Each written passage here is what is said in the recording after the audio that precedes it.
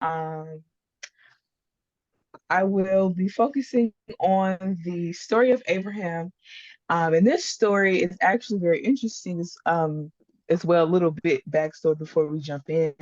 This was actually a story that God told me to dive into when I was going through, when I was, away for the summer doing my internship. There were a lot of tests and trials that God had put on my plate, and He showed me.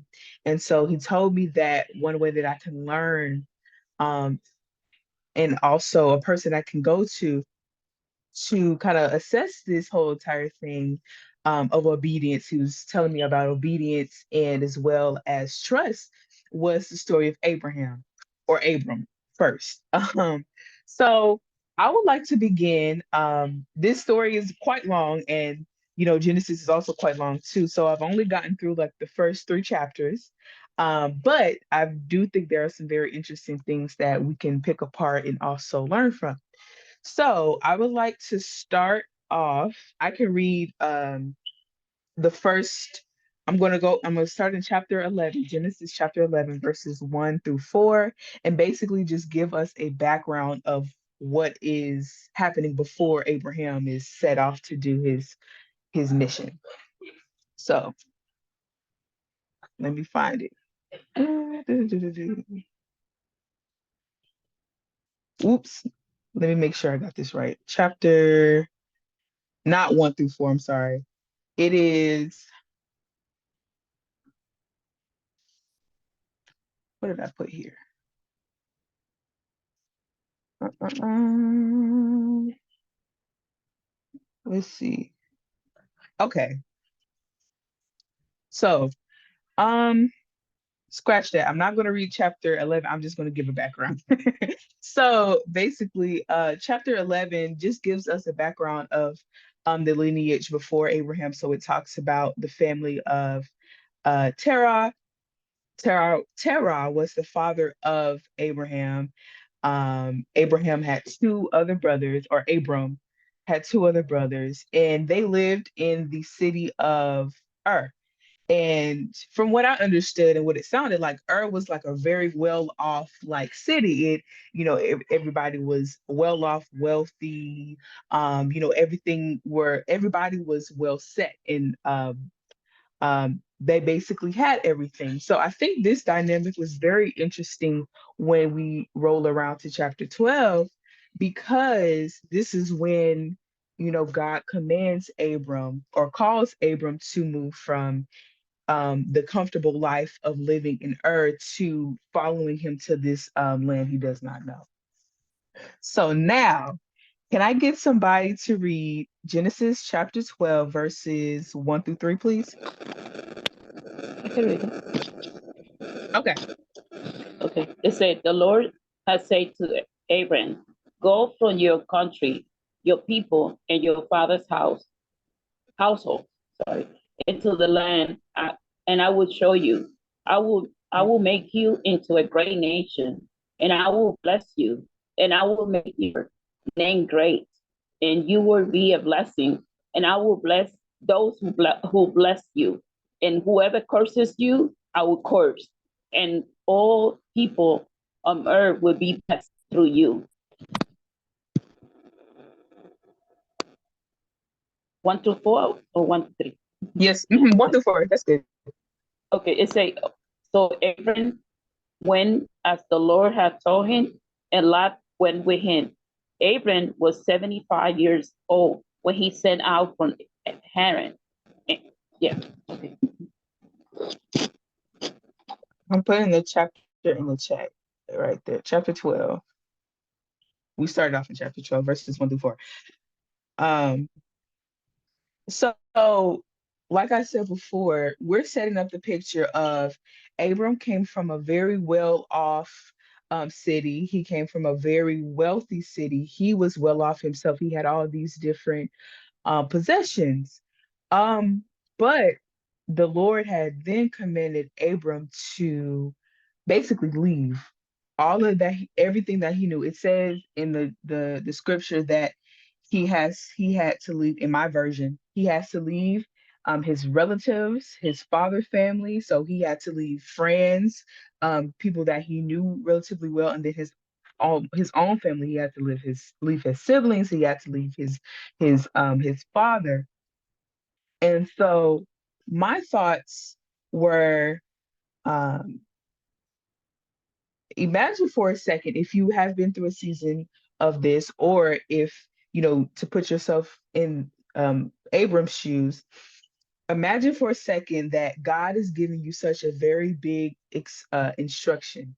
He is giving you this instruction to basically move, to go away from the life that you were comfortable in and go follow him to this land that you don't even know what's out there. If you were in this position, that Abram was in, what do you think your feelings would be, or your thought process? What do you think you would kind of like think in this situation? Whoops.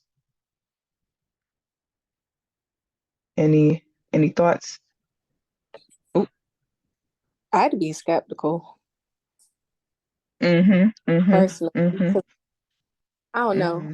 I'd be overthinking stuff. So even if it is God, I'm like, how do I know it's you? And also, what does this mean and what does that mean? And you want me to do all this stuff? So I'd Right. I'd be Mm-hmm, skeptical. So mm-hmm, I don't make transitions well. You know, mm-hmm, I mm-hmm, I have to mm-hmm. think about things for a while. I'm like, yeah, okay, yeah, that'd be good. I'll do that. But when you first tell me, I'm like, no, that is not part of my plan. It's hard for Right. me to Mm-hmm, pivot. It's hard for me to change gears. So I probably would have been like, oh, I'm struggling. I don't know, God, I don't know. So mm-hmm. I wouldn't have been like, come on, yeah. So it's probably what I would have been. Yeah, exactly. Mm-hmm. And just like you two, Presley and Miss Cat, I would have been the same way. I would have been like, what do you mean I'm supposed to leave this life that I once knew and I'm supposed to go to this random place? I don't know. Like, I would be skeptical, and I would also, kind of find it hard, how to transition from this once comfortable life that I knew to this whole entire brand new, journey that I have to go on. And so I would like to point out that Abram was not like that. From what I read, he literally picked up exactly. I would be sad and confused too. Like, it would be a whole bunch of emotions. But the thing about Abram that I noticed, he literally picked up everything he had and left.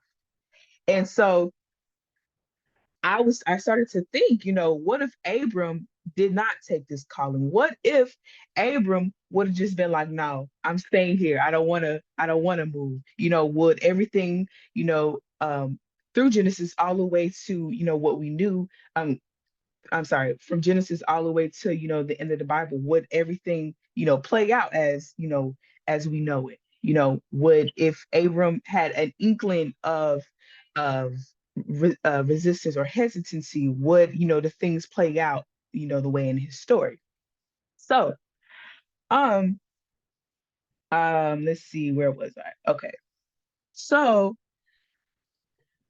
now, so we're going through verses 4 through 6. And so now Abram has departed. He is departed, and he has taken um, Lot. He took his nephew, and he also took his wife Sarai. So as they're traveling, Abraham did end up landing in a place that had not been inhabited by the Canaanites. So he landed in Canaan. So I would like to point out this first point as God is faithful to us when we obey. Because had not Abraham not followed his direction, you know, Abraham would still be stuck in Ur. Maybe, something would have came along and Ur would have like shattered. Something would have happened if Abraham had not listened to God in this situation. Things would have played out completely differently. So that's a good point.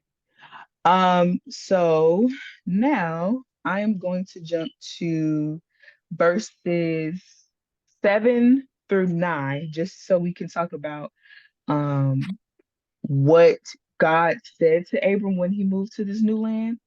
and then what Abraham did as a result of that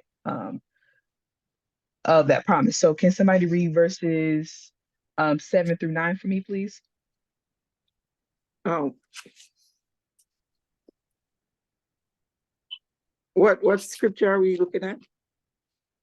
We are in chapter 12 of Genesis and verses 7 through 9, please.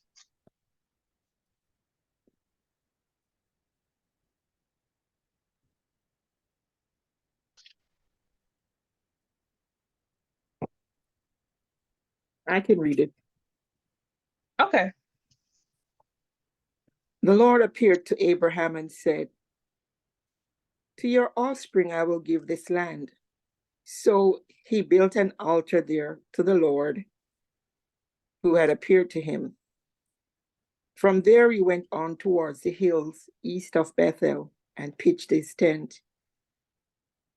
With Bethel on the west and Ai on the east, there he built an altar to the Lord and called on the name of the Lord. Then Abram set out and continued toward the Negev. Now there was a famine. Oh, I'm sorry. I'm sorry. Sorry. Yeah, just verses 9, please. It's okay. Okay. So, so now we now hear the promise that our God again reiterates the promise that he has made to Abram.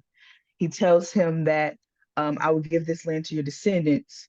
And so that's when I found this interesting too, because Abram continued to build altars whenever he would receive, instruction from the Lord. That's when he built altars. And on first glance, I didn't necessarily understand what the altars represented, but doing some research and kind of just thinking as well. Uh, altars. The so every time Abram would build these altars, it would be, a landmark of some sort of uh a landmark of when, Abram was able to, you know, uh he was able to what's the word I'm looking for? Experience like this divine like nature. He was able to experience, you know, this instruction from God. So that therefore was a landmark to him. In some way, I interpreted this as like a um, different landmarks that or different times that Abraham's faith has like grown or something like that. That's what my kind of went to, how he kind of like, so this first instruction that he was given by God, it made his faith grow, or his faith was growing all along through this journey.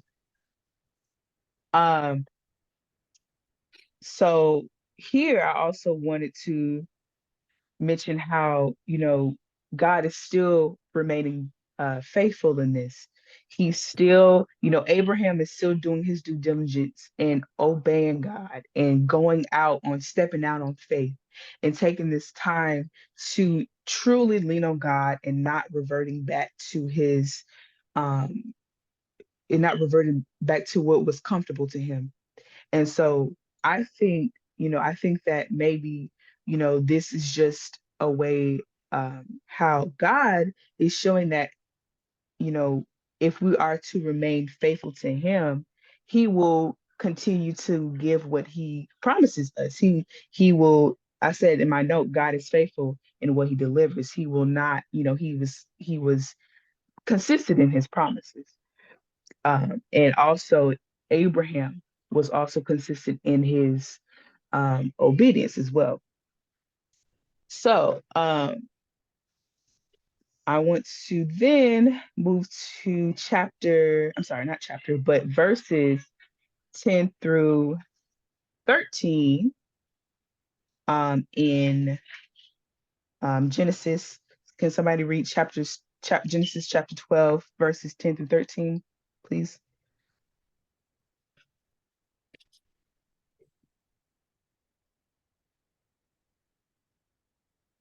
I'll do it. Okay, thank you. Now there was a famine in the land, and Abram went down to Egypt to live there for a while because the famine was severe. As he was about to enter Egypt, he said to his wife Sarai, I know what a beautiful woman you are. When the Egyptians see you, they will say, 'This is his wife.' Then they will kill me, but will let you live. Say you are my sister, so that I will be treated well for your sake, and my life will be spared because of you." Thank you. Mhm. So now it there's a complete, change that happened. So as Abraham was traveling along, he ended up in Egypt. And so famine struck was a severe famine struck around this time um in the land of Canaan. So Abraham had to travel down to Egypt. And so Abraham, you know, he basically was like, I'm in this new land. I don't really know anybody here. I'm in Egypt. This is, quite nerve-wracking for me. So what he ends up doing is telling his wife Sarai to lie so that she won't get taken away from him and so that he won't um, get killed. And so I thought this was particularly interesting considering this is a complete difference from Abraham in chapter 12. Sorry, from the first half of chapter 12 to now, how he, you know, just reverted to, this life because he was uncomfortable, in this situation. It says in my version, it says that he lived in Egypt as a foreigner. Of course, he would probably feel very uncomfortable because this is a place he does not know. And one thing that um, kind of made me think a little bit is just how Abram, despite being this faithful person towards God, he still had some doubt in him that God would not deliver him or God would not protect him while he was in Egypt. You know, he still felt he kind of leaned on his own strength at this, or he kind of leaned on his own strength at this time because he didn't believe that, okay, I'm being forced to Egypt just because of this famine. I should rely on God to bring me through Egypt. I know Egypt is, not the place I want to be, not the best place I want to be. And I know the danger that, may happen, but I'm still going to rely on God because God has brought me thus far. He's brought me from earth. He's promised me all these good things. So why not? So why won't he deliver or why won't he protect me up until this point while I'm in a separate place that I know I'm a foreigner in? And also, when I was listening to this section while listening to Through the Word, it also talked about how Sarai was, how Abraham's decision affected Sarai too, because Sarai now is affected because of Abraham's insecurity of not being able to trust in the Lord. So now he put her as well in danger as well of being taken away. So that was something interesting that I picked up. Okay, so let me see. Okay, so I'm going to read verses 14 and 16 just because it's very fast, and it talks about how um, everything that Abraham was afraid of did happen, and uh, Pharaoh ended up. Pharaoh ended up wanting to give Abraham, all of his gifts. So I'm just going to read this very quickly. So in Genesis chapter 12, verses 14 through 16, it says, "And sure enough, when Abram arrived in Egypt, everyone noticed Sarai's beauty. When the palace officials saw her, they sang her praises to Pharaoh, their king, and Sarai was taken into his palace. Then Pharaoh gave Abram many gifts because of her sheep, goats, cattle, male and female donkeys, male and female servants, and camels. I just thought this was kind of peculiar. I thought also not peculiar, but I just thought that this was crazy how everything just played out the way Abraham was afraid of. But um, yeah, I just thought that it was interesting how everything did play out as Abraham thought it did. But he still didn't have that faith that he had in the beginning when he was leading. Um, so we're going to jump to, oh, this is, let me see, I'm sorry. Can I say something? Yes, go ahead. What I noticed in this is that even though he lied, Abram lied and made up a story with his wife and all of that. Mm-hmm. I mean, even in this unfortunate situation where his wife was still noticed by Pharaoh, and look at this, God still enriched him. He gave him he, male and female donkey, men servants, maid servants, and so even though he feared for his life and he wasn't trusting in God at that particular time in his life, God still blessed him. I found Exactly. that very interesting. Exactly. Mm-hmm. I also put that down in my notes to how God still remained faithful to Abraham, even though Abraham wasn't faithful Yeah. to, God at that moment in time. Very interesting. Okay. So let me read over this and see which way I want to go.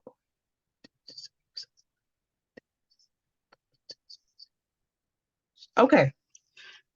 So I would like someone to read um, verses 10, I'm sorry, verses 17 through 20 for me, please. And so we can wrap up the first chapter or chapter 12.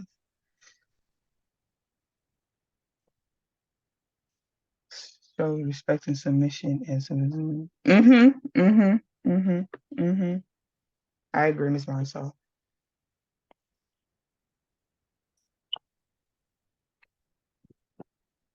Oops.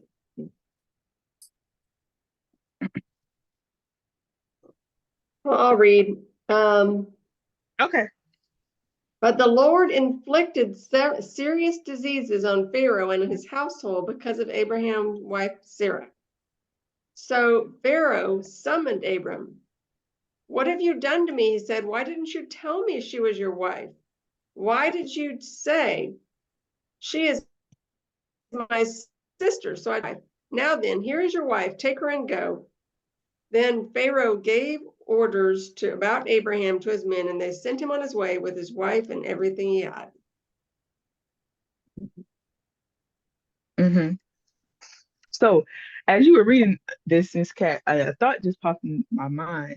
So you all remember when the first time God gave the promise to Abraham, and one of the things that God said in the promise was, "I will bless those who bless you, and curse those who bless." I'm sorry, and curse those who treat you with contempt.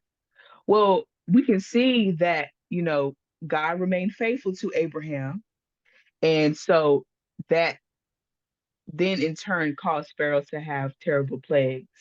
So that's also just something that just popped in my mind when you were reading that God still, like Miss Paulette was saying, how God was still, um, he was still faithful. He was able to increase Abraham and his the possessions that he had, and then God also maintained his promises to Abraham during this time.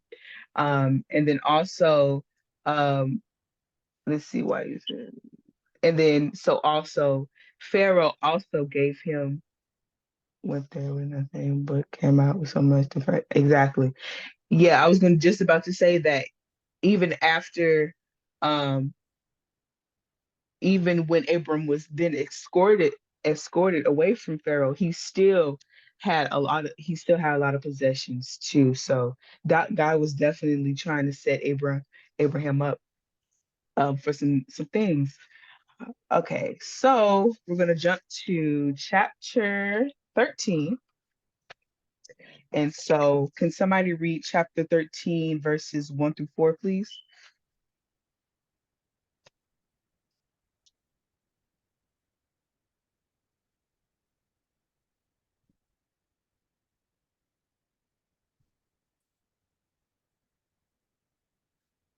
I'll do it.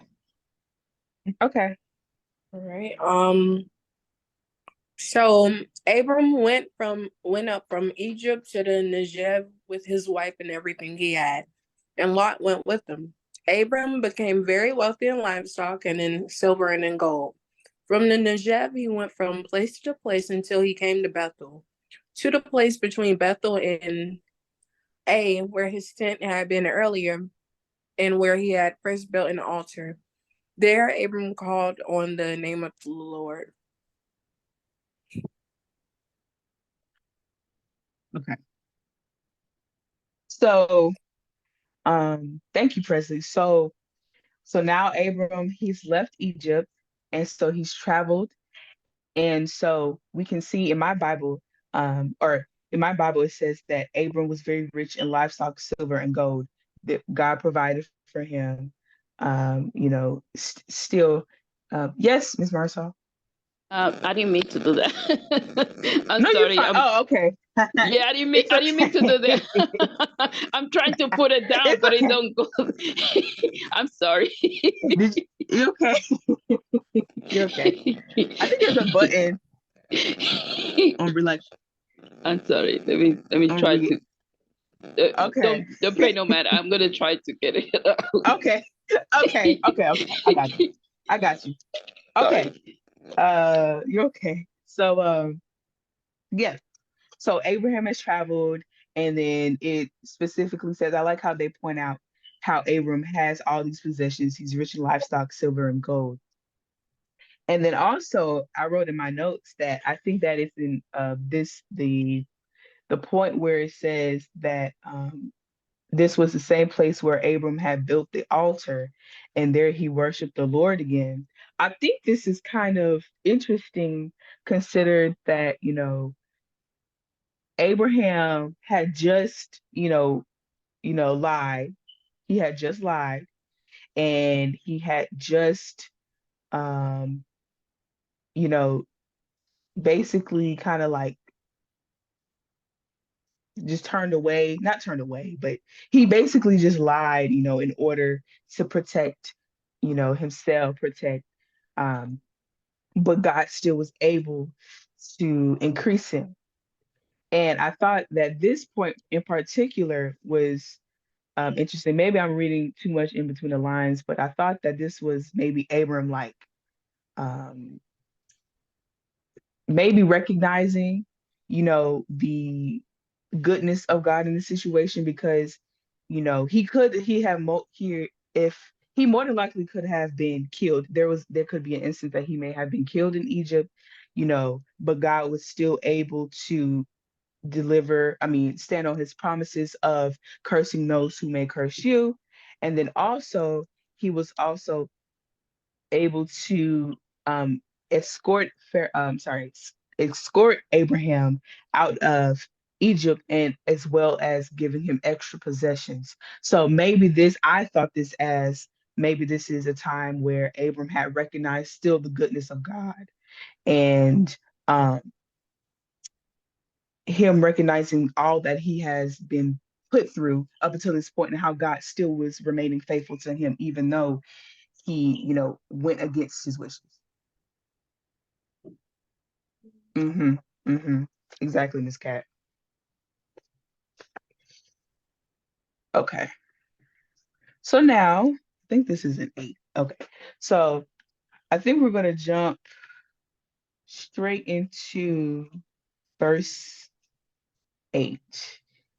Let's see if I want to do that first. Okay. So yeah. So up until this point, so after Abraham had worshipped the altar and he worshiped the Lord again, he was traveling with his nephew Lot. And so both of them had become very abundant in their possessions. And so basically, Abraham agreed with Lot to try to split up everything. I'm sorry, split up the land, so that they can have enough space for each other. And so now we lead to verse 8 through 12. Does somebody mind reading that for me, please? Or we can do two people since it's kind of long. 8 to 12. Yeah, Or we you can want me split to? it. We can actually split it up. Yeah, let's Okay, split it up because these are kind of chunky. So, okay, Miss Marceau, can you please read 8 and 9? Or okay. actually, hold on, I'm sorry. Okay. Let me make Eight to sure this 10? one I want to do. Actually, can you start off in verse 9 and 10, please? 9. Okay, verse 9 and 10. Mm-hmm. It is Mm-hmm. not the whole. Okay, this is the NIV version. It say, it's not the whole land before you. Let's part company. If you go to the left, I will go to the right. And if you go to the right, I will go to the left. Lot looked around and saw that the whole plain of the Jordan toward Shore was well watered, like the garden of the Lord, like the land of Egypt. This was before the Lord destroyed Sodom and Gomorrah. So when I first read this, I thought this was very interesting. How this land is being portrayed before, um, um, how this land is being portrayed. So I'm assuming, or my brain is thinking that this land is near Sodom and Gomorrah. And Sodom and Gomorrah, as we all know, Sodom and Gomorrah was destroyed by God because of their wickedness. And so I thought this was very interesting, particular to Lot's choice of this land, because maybe there is, a reason why, this land is so enticing. It's near Sodom and Gomorrah. So, you know, there may be, um, there may be some danger with that, it being near Sodom and Gomorrah. And so just keep that in mind as we're reading on to chapter 14, that Lot was near Sodom and Gomorrah at this time. So can somebody read 11 and 12 for me, please?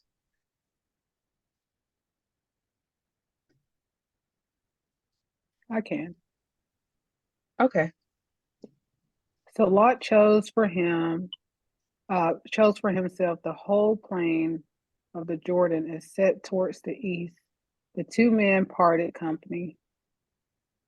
Abram lived in the land of Canaan, while Lot lived among the cities of the plain and pitched his tents near Sodom.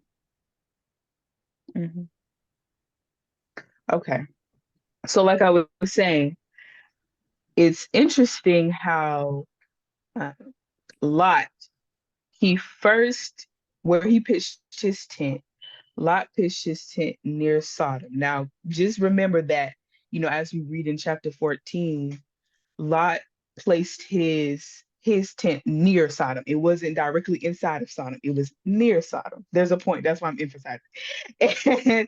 And Abram stayed within Canaan, the land that God promised him. He didn't deviate from, the initial promise of uh, that God had, given him. He stayed tried and true to, what was promised to him. Okay. So now we're jumping into chapter 14. And so I'm going to spare you all reading the whole war stuff because that was definitely hard for me to understand, just because it was just, a lot of big words. But basically I'm just going to read from my notes so we can get a summary of what's happening. And then after that we can, talk about chapter 14 and then end it there. So in my notes, so basically, I put that there was basically a war that was going on between kings. They got all of these different kings of these different nations being listed. And let me see. Hold on, let me make sure. And then, so you have kings from this side are fighting kings from, this other side. And so the second group of kings that were fighting, they basically were under rule of the first set of kings for 12 years. So the first set of kings were very overpowering to the second set of kings. And so let me see. So the rebel kings of Sodom and Gomorrah, basically these kings were uh, the second set of kings that were being ruled under. They prepared a battle at the Dead Sea. And so, as the battle happened, the kings of Sodom and Gomorrah fled. And so, the first set of kings then conquers Sodom and Gomorrah. I don't know if that was a good summary. I was really, because it is a lot, but everybody's, read this story before. But that's not the point that I wanted to bring. So, basically, after all of this is happening, remember that who remember out of this whole Abraham story where there was one person that was near Sodom and Gomorrah, or that was in relation to Sodom and Gomorrah. Lot, right? Lot was the only person that was afflicted by this this war going on. And so I would like somebody to read verse 12, um please.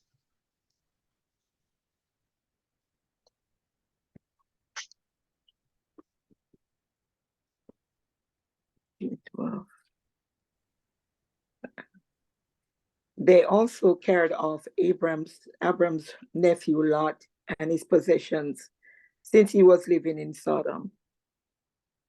hmm So now, remember how I was emphasizing in the previous chapter, chapter 13, that Lot lived near Sodom. At this point, he was inside of Sodom. That means he was surrounded by this wickedness. He deviated, from what, the plan that, was, or the following of his uncle. He deviated from that, and he went into Sodom, and he was surrounded by this wickedness that afflicted him. He was um, definitely influenced by this. He went instead of going, further away, because if he wanted to, you know, maintain, his relationship with, God, there obviously had to be something that he was wavering between before he sat, his tent near Sodom. And so, unfortunately, he was more enticed by, the things that were going on in Sodom and Gomorrah rather than sticking, with, uh, his relationship with God. And so that's how he was, um, you know, captured. And so now we're going back to Abram, who is, not affected. Somebody had to tell him that his nephew, had been captured. And so he then took action.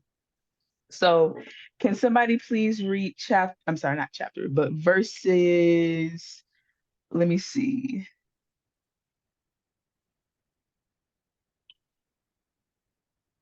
Okay. Can somebody just reach verse 14 for me, please? When Abram heard that his relative had been taken captive, he called out the 318 trained men born in his household and went in pursuit as far as Dan. Mhm. So this was interesting too, because now this whole entire uncle and nephew dynamic kind of changed, because Lot was so faithfully, following his uncle.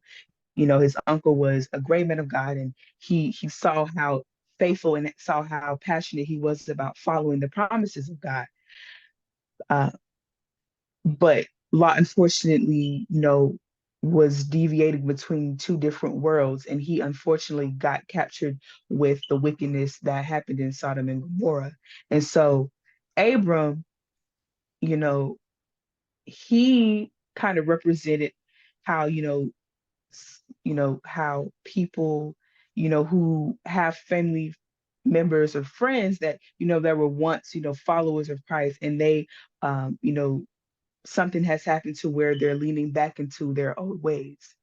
And so I thought this was kind of cool to see, not kind of cool to see, but kind of interesting to see how Abram essentially kind of like saved Lot from, this whole entire thing that happened.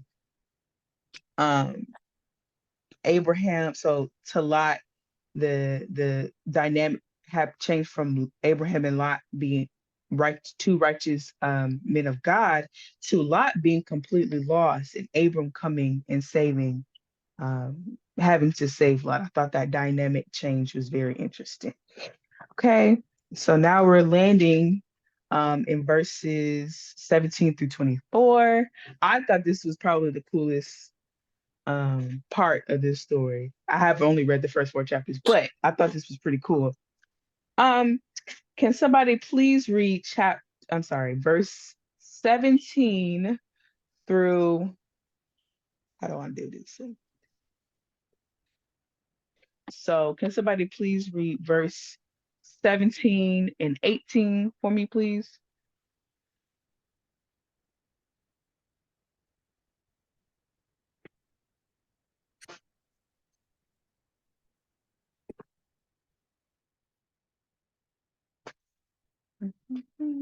You said 17 and 18 for verse 14, Yes. right?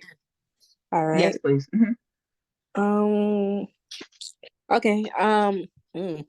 After Abram returned from defeating Kedorlaomer and the Uh-huh. king, Uh-huh. that's a mouthful. Okay, and the kings allied with him. The kings of Sodom came out to meet him in the valley of Shebeh. And then Melchizedek, king of Salem, brought out bread and wine. He was priest of God Most High. And, oh, that's it. Okay. Ain't it? That's it. So thank you. Yeah, you said 18 and 19. Or did you read 19? I'm sorry. I said 17 to 18. You right. You right. Yeah. You right. You right. Okay, cool. So, you know, everything has, Abram has now saved Lot. He's fought the battle over Kedora Lamer, who was, the ruler of those kings that were fighting earlier. And so now this king, um, Melchizedek, has come and, and greeted Abram. So in my Bible, it says in verse 18, and Melchizedek, the king of Salem, and a priest of God Most High, brought Abram some bread and wine. I thought this was kind of like cool because I started to think Melchizedek, there are a lot of, I feel like I've heard this before, So I also had to, break this down as well and do some research. So Melchizedek, King Melchizedek, he is the king of Salem. And so after doing or first, Salem means in Hebrew peace. So I was like, okay, he's a king of peace. Okay. So afterwards, it says that he is the king of Salem. And then after doing some more research, some Bible, um, not Bible theorists, but people who, know the Bible well, they think that later on this was to be known as Jerusalem. Okay, so we have King of Peace, King of Jerusalem. It's starting to sound a little bit familiar. And so now, um, King Melchizedek is also a priest of God Most High. So by definition, not by definition, but typically what a priest is supposed to do, the job of a priest is supposed to bridge, got people to God. So Melchizedek is this intermediary step between people, us, and God. Okay. So maybe you all are starting to catch the drift. Okay. Who do we know that we follow? Whom we follow is the intermediate step between us and Jesus God. Christ. Jesus Exactly. Christ. Exactly. And it also gets a little bit more like crazy too, because it says how Melchizedek, I'm sorry, Abram, Melchizedek broke, not broke, but he gave Abram some bread and wine. Doesn't this sound like communion? Like it was just like, oh my gosh, like Yes, you what is got it. happening? Yeah, I was just like, oh. Okay. Anyway, so I thought that was pretty cool how, uh this is kind of like, some people I was reading a podcast or listening to a podcast how, some Bible theorists maybe think that this was Jesus, like Jesus at this point in time. Because I've only read, the Gospels thus far, and I'm going through the Bible now. But it's evident that Jesus has come before. He has actually come in the form of Jesus walking, the earth. So I thought that was pretty cool. Okay, so a little bit more about Melchizedek.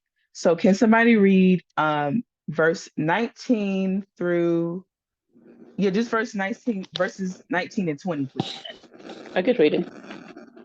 Please. Okay, Okay. it said, and he blessed Abram, saying, "Blessed be Abram by God Most High, Creator of heaven and earth, and praise be to God Most High, who delivered your enemies into your hand."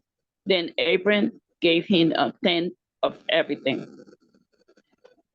hmm hmm So this is also just another like pillar for me that kind of affirms that maybe or maybe not this is Jesus. I think it is, but it says about Abram now giving a tithe, which is a tenth of the goods he had recovered.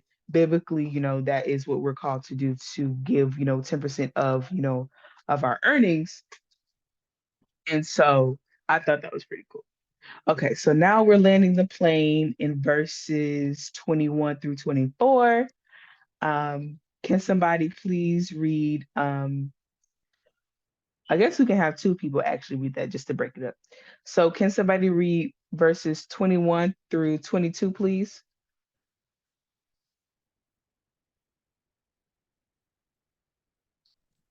I'll do it.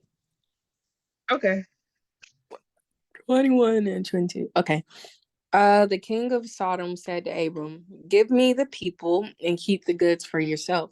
But Abram said to the king of Sodom, "With raised hand, I have sworn an oath to the Lord God Most High, creator of heaven and earth."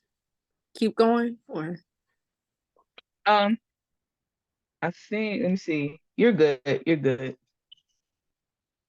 all right. So, um, so, so the king of Sodom is basically saying, okay, okay, Abram, you can keep everything that you have, but can I get those people that were captured?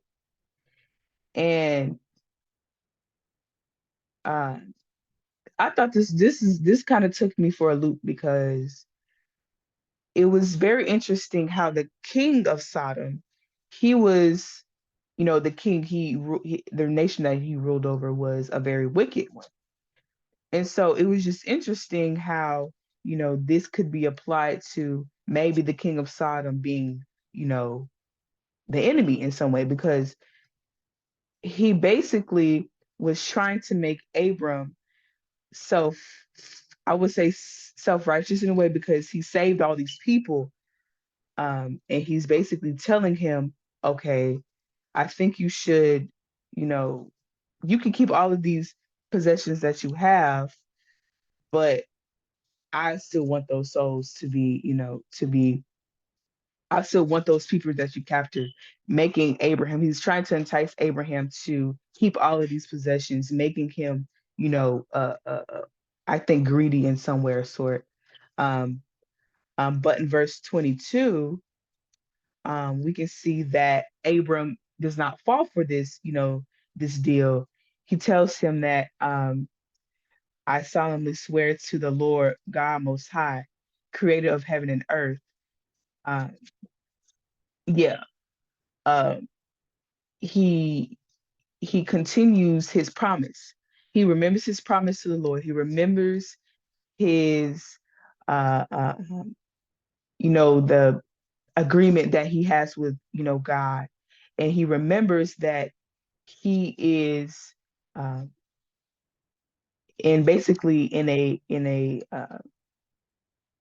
he is in a agreement with God. So he does not waver from, this. And so I also want to kind of cross-reference this whole entire thing with Luke chapter, I think, let me make sure. I think chapter 12, Luke chapter 12. Make sure this is the right one. Luke chapter 12, 34, 34. Yes, Luke chapter 12, verses 34, and it reads, wherever your treasure is, there the desires of your heart will also be. And so Abram, you know, Abram did have all these possessions. This is true. God had definitely put him in a position where he was well off. Um, and the king of Sodom came and tried to see if Abram was, you know, selfish or not. But Abram refuted and he told him that uh, basically that he will not take anything that, does not belong to him. So, you know, he recognizes that all of these things that he has been gifted, um, have been because of God. He has been very grateful up until this point. He's seeing that all of this stuff, all of the things that I've been through, despite, me, lying, God has still brought me through, um, you know, all of my trials. And so Abram is saying that, my heart is not being stored up in these earthly possessions. My heart is being stored up in, um, I have faith that has been stored up. These are the things that, my heart truly desires. I'm truly trying to, you know, uh, I'm truly trying to uh, treasure rather than these temporary and tangible things. So that was pretty cool. And so finally, can somebody read 23 through 24, please?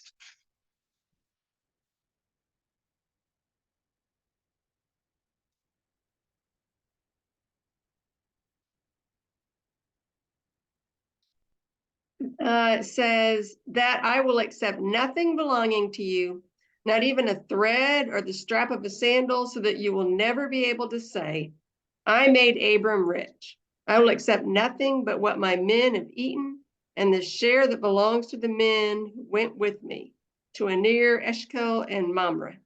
Let them have their share. Mm-hmm, mm-hmm, mm-hmm.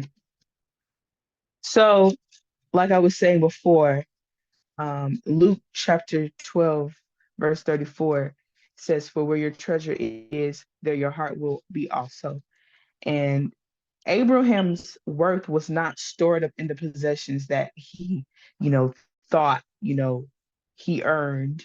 Rather than he saw these possessions as, the gifts from God. When he remained faithful, when he remained obedient, when he remained, true to what God, um, had promised him, when he, continued to operate in this space where um, God had, told him that I will give you all of these descendants. He didn't waver from, believing that. He stood tried and true, and he also sees that the things that he has been given are enough. The things that he has been given are enough, and he does not need, all these extra things that the king of Sodom has been offering, or these extra things that may have been offered to him. So to wrap this up, um, I think that God was probably really impressed with, Abram's response to this, because the king of Sodom had, made him, a kind of good offer, you know, but I feel like God was trying to test Abraham's faithfulness in this at this point, and he was really impressed. God was really impressed, I think, with the way that, Abram had reacted and responded. Um, yeah, that's the end of my study. Do